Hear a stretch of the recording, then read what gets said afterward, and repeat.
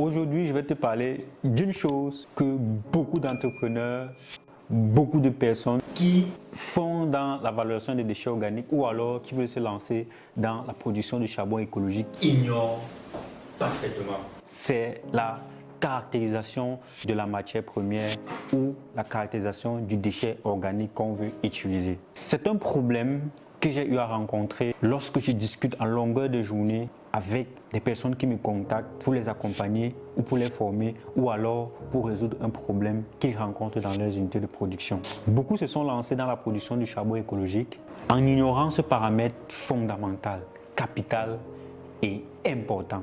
Connaître à 95% le déchet ou bien 2 ou 3 déchets que nous voulons valoriser. Comme caractérisation ici, il faut absolument noter le taux d'humidité de la matière première que vous voulez caractériser. Quand on parle de charbon écologique, c'est la quantité d'eau contenue dans votre matière première, dans votre déchet, lorsque vous partez le collecter, soit au marché, soit dans les poubelles ou alors au niveau des zones de collecte. Lorsque vous ignorez ce premier paramètre, vous n'avez pas l'information du temps que vous allez mettre pour sécher votre matière organique de départ.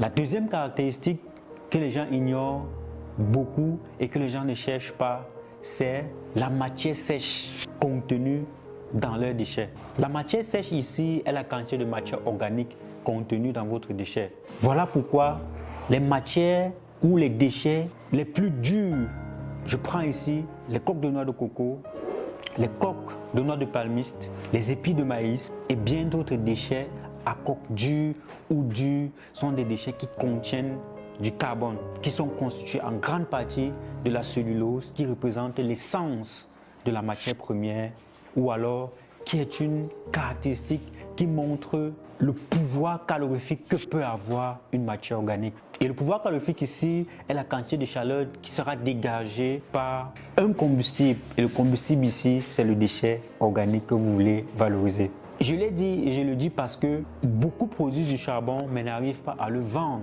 Pourquoi? Parce que le charbon final n'a pas été caractérisé. Il faut faire quoi? Déterminer le pouvoir calorifique du charbon écologique qu'on a déjà produit pour le comparer au charbon ordinaire qui est déjà présent, qui est le concurrent. Ce sont des caractéristiques qu'il faut absolument faire lorsqu'on veut se lancer dans la valorisation des déchets pour éviter la fermeture ou alors l'arrêt des travaux dans les multitudes d'unités de production que j'ai déjà eu à visiter. Si tu ne me connais pas, je suis Bertrand Dassé, je suis entrepreneur vert, je produis le charbon écologique depuis 2018 aujourd'hui.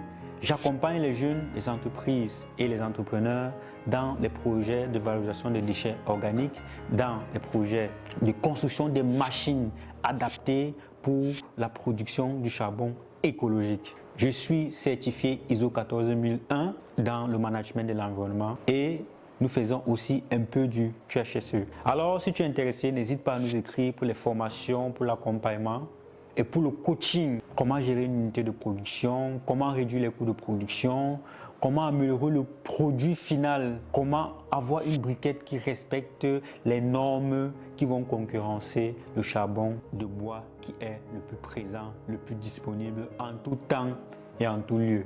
Je te donne rendez-vous pour une prochaine vidéo.